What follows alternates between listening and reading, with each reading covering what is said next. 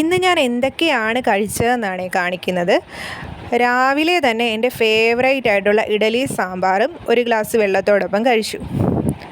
അതിനുശേഷം 11:30 ആയപ്പം ഒരു ഫ്രൂട്ട് സലാഡ് കഴിച്ചായിരുന്നേ. അത് കഴിഞ്ഞ് ഉച്ചയായപ്പം നമ്മുടെ രാവിലെ വെച്ച സാമ്പാറുണ്ടായിരുന്നു. അതിനോടൊപ്പം ഗ്ലൂബിക്ക ഉപ്പിലിട്ടതും മത്തിക്കറിയും കാത്തോരനും നങ്ക് വറുത്തതും നങ്ക് കറിയും പിന്നെ അറിഞ്ഞിൽ വറുത്തതും ഒക്കെ ഉണ്ടായിരുന്നു. ഇതിൽ മത്തിക്കറിയും ഈ അറിഞ്ഞിൽ വറുത്തതും ഒക്കെ ഇന്നലത്തെ കറിയാണ്, ബാക്കിയൊക്കെ ഇന്ന് വെച്ചതാണ്. അതിനുശേഷം 4 മണിയായപ്പം കുക്കീസും ചായയും കുടിക്കുന്നുണ്ട്.